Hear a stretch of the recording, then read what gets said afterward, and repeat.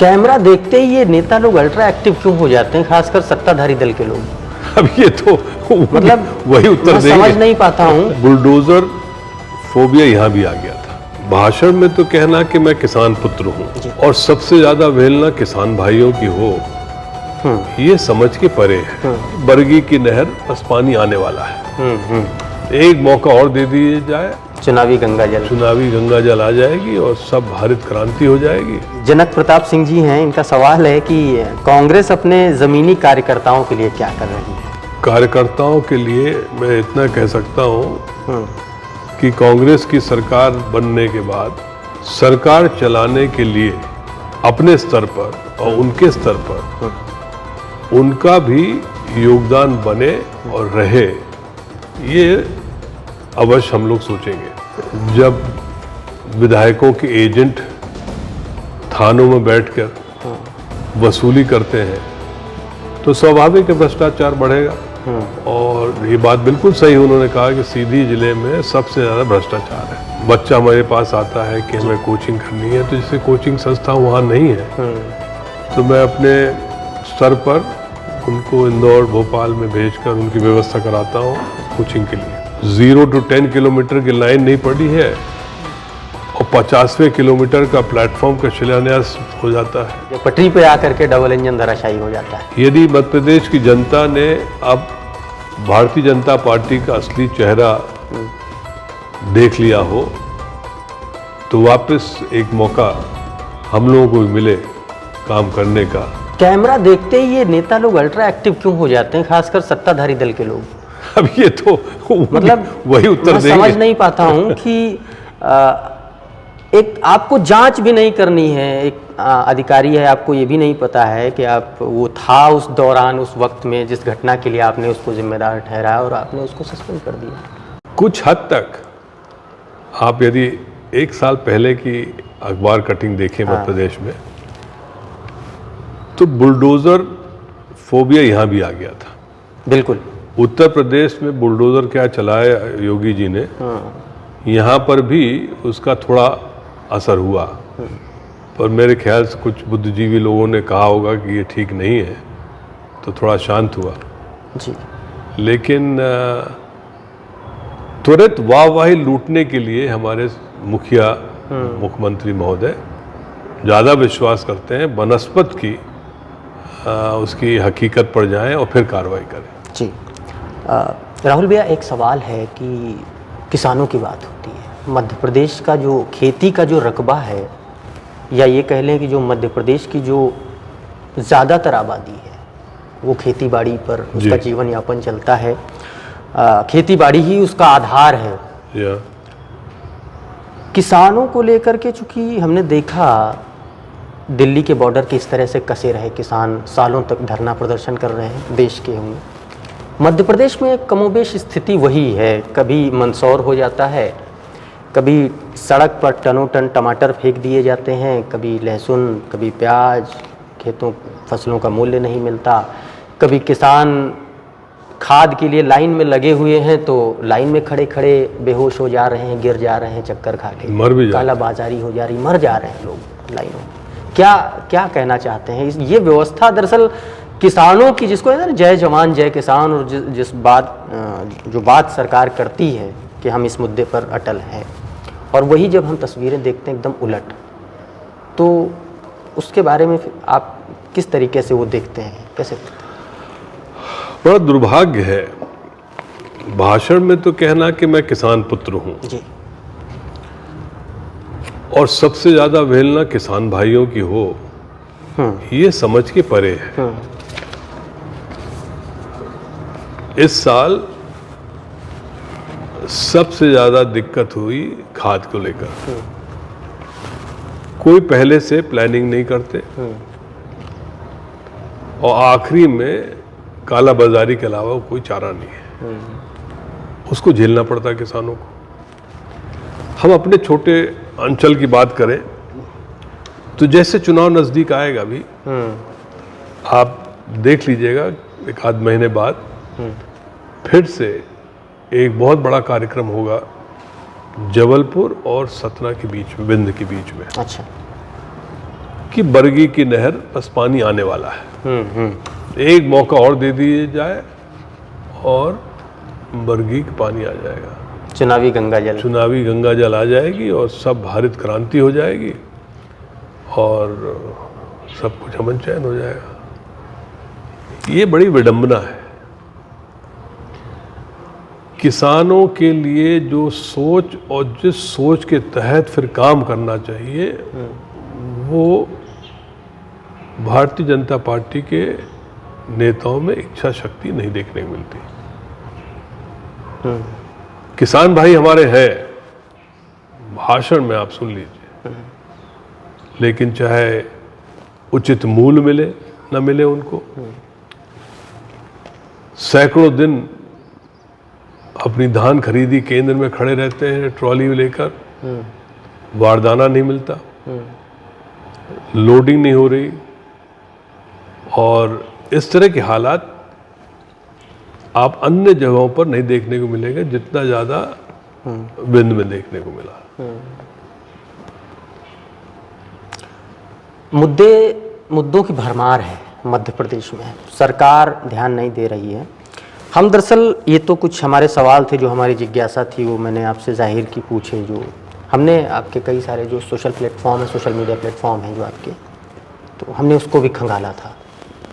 उसमें कुछ जो आपके क्षेत्र के, विंध्य क्षेत्र के या मध्य प्रदेश के जो कुछ लोग हैं उनके कुछ सवाल हैं आपसे, कुछ सुझाव वो आपको वहाँ पर दे रहे हैं। हो सकता है आपने पढ़ा भी वो पहले, या हो सकता है आपकी नज़र से, क्योंकि बहुत सारे लोग आपके चाहने वाले हैं और कई बार छूट जाती हैं चीज़ें जी। तो उनमें से कुछ सवाल मैंने उठाए हैं, कुछ प्रतिक्रियाएं हैं लोगों की, वो मैं समझना चाह रहा हूँ। एक संदीप उपाध्याय जी हैं, ये आपकी पोस्ट पे एक लिखते हैं कि कांग्रेस पार्टी कभी विरोधी दलों से नहीं हारती है, वो खुद से हार जाती है। क्या कहते हैं इस पे? कुछ हद तक ये बात सही है जी। और देखिए, भारतीय जनता पार्टी और कांग्रेस में अंतर ये है जी कि वहाँ संगठन चुनाव लड़ता है, यहाँ व्यक्ति चुनाव लड़ता है कांग्रेस में, और व्यक्ति को आखिरी समय तक बताया नहीं जाता कि आप उम्मीदवार रहोगे। 3 लोग उम्मीदवार बन गए, किसी ने किसी को उकसा दिया और आखिरी में टिकट एक को मिला जी, तो स्वाभाविक है 2 या तो शांत हो जाएंगे या फिर टांग खींचेंगे। इसलिए बात संदीप उपाध्याय जी ने बिल्कुल सही कही है, जो तीनों लोग मिलके और चुनाव मैदान में उतर जाए तो भारतीय जनता पार्टी उस क्षेत्र से चुनाव नहीं जीत सकती। बिल्कुल सही बात है। आशीष सिंह जी हैं, ये पूछ रहे हैं कि सीधी विधानसभा में इस बार प्रत्याशी कौन होगा? क्या यहाँ जीतने के लिए कांग्रेस कोई नया चेहरा लाएगी? वही बात आ गई जो आप संगठन वाली बात कह रहे हैं। नया चेहरा बिल्कुल लाएगी। कौन आएगा नया चेहरा ये तो पार्टी तय करेगी, तो लेकिन मेरी यदि राय ली जाए तो जिन क्षेत्रों में लगातार 2-3 बार हार रहे हैं, तो कोई नया युवा या नया चेहरा का प्रयोग करना चाहिए। ये गौरव अग्रवाल जी हैं, गौरव पूछ रहे हैं कि उमरिया ज़िले की दोनों विधानसभा जीतने के लिए कांग्रेस क्या करेगी? यहाँ की जो सीटें हैं उस पर कांग्रेस का अगला जो चुनावी मंत्र है, क्या स्ट्रेटजी रहेगी उसकी? उमरिया की दोनों सीट जीतने लायक है और बहुत ही सोची समझी रणनीति के तहत ऐसे उम्मीदवारों का चयन किया जाएगा कि जिससे शुरुआत जीत की हो तो उमरिया की दोनों सीटों से हो। जैसे सामाजिक संतुलन करते हुए टिकट दें, ये मूल मंत्र रहेगा। अच्छा, ये जनक प्रताप सिंह जी हैं, इनका सवाल है कि कांग्रेस अपने ज़मीनी कार्यकर्ताओं के लिए क्या कर रही है? इनका एक सुझाव भी है और ये कह रहे हैं कि पार्टी के जो शीर्ष नेता हैं वो ज़मीनी स्तर पर कार्यकर्ताओं की बात को सुने और उनका मार्गदर्शन करें। क्या कहीं ना कहीं एक डिस्कनेक्ट है कार्यकर्ताओं के बीच में जो ज़मीन पे काम कर रहे हैं? कहीं ना कहीं होता है जी। और कार्यकर्ताओं के लिए मैं इतना कह सकता हूँ कि कांग्रेस की सरकार बनने के बाद सरकार चलाने के लिए अपने स्तर पर और उनके स्तर पर उनका भी योगदान बने और रहे, ये अवश्य हम लोग सोचेंगे। जैसे बंगाल में बहुत सारी सरकारी योजनाओं का लाभ कार्यकर्ताओं के माध्यम से होता है, उसी तरह यहाँ पर भी हम लोग कुछ प्रयोग करेंगे। जी, रामनरेश यादव जी हैं, ये कह रहे हैं कि वर्तमान में जो पूरा सीधी जिला है वो भ्रष्टाचार की चपेट में आ चुका है, और ये कहते हैं कि जब आप मंत्री थे, आपके मंत्रीकाल के दौरान जो भ्रष्टाचार मुक्त प्रशासन था उसको इन्होंने बहुत बेहद करीब से देखा। इनका सवाल ये है कि अगर कांग्रेस सत्ता में आती है या आप कांग्रेस के सत्ता में आने के बाद आप एक महत्वपूर्ण अहम भूमिका में होते हैं, तो क्या भ्रष्टाचार को लेकर के आपका अगला कदम क्या होगा या कांग्रेस पार्टी का अगला कदम क्या होगा? देखिए शुक्ला जी, भ्रष्टाचार ऊपर से शुरू होता है जी। यदि उन यादव जी का कहना है कि हमारे समय पर भ्रष्टाचार नहीं था जी। तो हम भ्रष्ट नहीं थे जी। तो अधिकारी भी हिम्मत नहीं करता था। जी। आज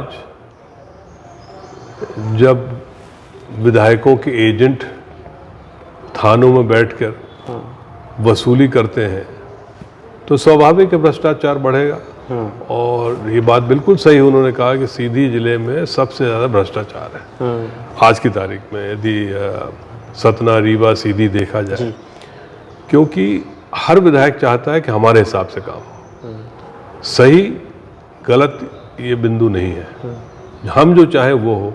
बिल्कुल। और ऐसे अधिकारियों को भी पदस्थ कर दिया गया है जो वाहवाही में तूती बोलती है। कह सकते हैं कि सत्ता और प्रशासन का गठजोड़ है, बहुत तगड़ा है, जो एक भ्रष्टाचार का पूरा नेक्सस चला रहा है। और उसका मूल मंत्र है हमारे यहाँ का रेत। हमारे समय पर रेत का काम नहीं होता था क्योंकि हमारे पिताजी ने सोन नदी को घड़ियाल सेंचुरी बना दी थी। अच्छा। आज मेरे ख्याल से हजारों की संख्या में ट्रक निकलते हैं और सबका बंधा हुआ है ऊपर तक, तो भ्रष्टाचार अपने आप हो जाएगा। सही बात है। अखिलेश सिंह जी हैं, थोड़ा सा कोशिश की थी मैंने भी पूछने की, लेकिन ये आपके क्षेत्र के हैं और ये इनका सवाल भी यही है कि आपने हाल फिलहाल में चिकित्सा शिविर आयोजित किए हैं, लोगों की मदद की है बीमारों का इलाज के लिए। इनकी मांग है कि जिस तरीके से आपने मरीज़ों के लिए आपने बेहतर काम किया, उनको सुविधाएं मुहैया कराईं, उसी तरीके से क्या बेरोज़गारों के लिए उसी तर्ज पर कोई कैंप वगैरह लगा करके उनकी करियर काउंसलिंग कराई जाए, उनको रोज़गार या स्वरोजगार के मौके मुहैया कराए जाएं? उसमें स्वास्थ्य शिविर जरूर मैंने लगाया। अगला स्वास्थ्य शिविर मार्च में है। अच्छा। 18-19 मार्च को। जहाँ तक कोई यदि बच्चा हमारे पास आता है कि हमें कोचिंग करनी है, तो जैसे कोचिंग संस्था वहाँ नहीं है तो मैं अपने स्तर पर उनको इंदौर भोपाल में भेजकर उनकी व्यवस्था कराता हूँ कोचिंग के लिए। लेकिन बेरोजगार मेला सही तरीके से हो, उसके लिए मेरी बातचीत चल रही है। अच्छा। और ये भी कोशिश कर रहा हूँ कि एक कोचिंग के लिए वहाँ पर भी सेंटर खुल जाए जिससे बच्चों के लिए एक सुविधा युक्त जगह मिले और कोचिंग भी कर सके और आगे अपना रोजगार के लिए आगे बढ़ सके। जी। चूँकि लगभग सवाल पूरे हो चुके हैं, आखिर में एक सवाल मैं आपसे जानना चाहता हूं कि ओवरऑल आप मध्य प्रदेश सरकार, खास करके विंध्य जी, उसको लेकर के आप अपना नज़रिया किस तरीके से रखते हैं और सरकार से क्या मांग रखना चाहते हैं, क्या कहना चाहते हैं कि विंध्य को लेकर के जिस तरीके से एक अलग अपने हाल पर उसको छोड़ दिया गया, उस पूरे एक बड़े हिस्से को मध्य प्रदेश के, उसको लेकर के आपकी एक आखिरी प्रतिक्रिया चाहूँगा। मैं तो सरकार से यही मांग भी रखता हूँ और ख्वाहिश भी है जी। और कुछ दिन बाद जब सरकार नहीं रहेगी तो फिर हमारे लोगों की प्राथमिकता भी रहेगी जी। कि विंध्य का एक स्थान जो हरदम रहा है मध्य प्रदेश की राजनीति में और विकास में, उसको वापस स्थापित करें।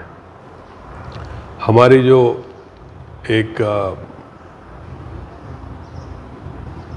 सोच रही है उस अंचल की तरक्की के लिए, वो रेलवे लाइन जो सालों से सुन रहे हैं उस पर तेजी से काम हो। अभी तो ये है कि उदाहरण के लिए 0 to 10 किलोमीटर की लाइन नहीं पड़ी है और 50वें किलोमीटर का प्लेटफॉर्म का शिलान्यास हो जाता है। यदि क्रम से ही चला जाए तो मेरे ख्याल से ये डबल इंजन जो है उस अंचल में ललितपुर सिंगरौली लाइन बहुत महत्वपूर्ण लाइन है, कोयला का ट्रांसपोर्टेशन के लिए भी और उस अंचल के ग्रोथ अपॉर्चुनिटीज़ को खोलने के लिए भी। लेकिन मेरे ख्याल से जब इंदिरा जी थी तब शुरू हुई थी और अभी भी आधी दूर तक नहीं पहुंची है इतने सालों बाद और डबल इंजन है ही है।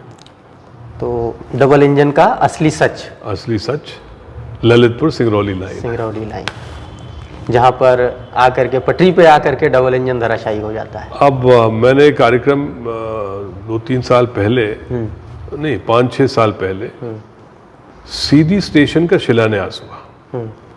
केंद्रीय रेल मंत्री आए थे, सांसद महोदय के आह्वान पर, सब लोग थे हम लोग, और भारतीय जनता पार्टी के विधायक महोदय ने कटाक्ष किया कि इसका काहे के लिए शिलान्यास कर रहे हैं, पिछले 50-60 लाइनों का 50-60 किलोमीटर की लाइन तो पड़ी नहीं है।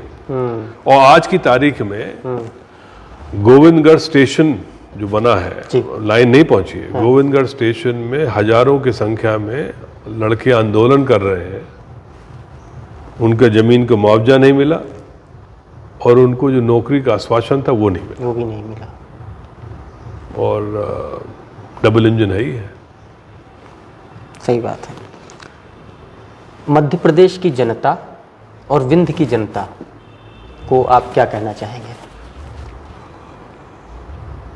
यदि मध्य प्रदेश की जनता ने अब भारतीय जनता पार्टी का असली चेहरा देख लिया हो तो वापस एक मौका हम लोगों को भी मिले काम करने का और अपना भी मॉडल हम लोग प्रस्तुत कर सकें। 20 साल पहले जो बच्चा पैदा हुआ उसने सिर्फ भारतीय जनता पार्टी देखी है, उसको मालूम ही नहीं कि कांग्रेस पार्टी ने भी मध्य प्रदेश में विकास किया है। यदि आज कोई सी भी बड़ा डैम बना है तो वो कांग्रेस पार्टी के समय का है। यदि सिर्फ उदाहरण ले लिया जाए, भोपाल में या मध्य प्रदेश में जितने भी सेंट्रल ऑर्गेनाइजेशन की संस्थाएं हैं वो सिर्फ और सिर्फ हमारे पिताजी ने की। Indian institute of man, Indian institute of science and technology, IIT Indore, या MBA के लिए जो है वो भी Indore, regional forest management institute, ये जितने हैं, फैशन टेक्नोलॉजी, ये सब मध्य प्रदेश में कांग्रेस पार्टी की देन है। लेकिन भारतीय जनता पार्टी के प्रधानमंत्री के समय से लेकर आज तक बता दें, एक भी केंद्रीय इतनी बड़ी योजना मध्य प्रदेश को दी हो नहीं। तो यदि मध्य प्रदेश की जनता वो वापस चाहती है तो एक मौका दे और विंध्य का भी विकास त्वरित गति से हो, ये हमारी प्रथम इच्छा रहेगी। तो विंध्य की बात राहुल भैया के साथ आज का ये एपिसोड हम यहीं तक रखते हैं। कोशिश रहेगी कि इसको एक पूरी सीरीज़ के तौर पर हम लेकर के आएँ समय समय पर आप सभी साथियों के साथ में। और आगे भी विंध्य पर चर्चा करेंगे, मध्य प्रदेश पर चर्चा करेंगे, सरकार जो काम नहीं कर रही है उसका अवलोकन करेंगे और उस पर सवाल करेंगे सरकार से, जनता को बताएंगे कि आप अपने हक की लड़ाई लड़ें, आप अपने हिसाब से भी सवाल करें और जागरूक बनें। फिलहाल राहुल भैया आपका बहुत बहुत धन्यवाद हमसे जुड़ने के लिए, बहुत बहुत धन्यवाद आप सभी का।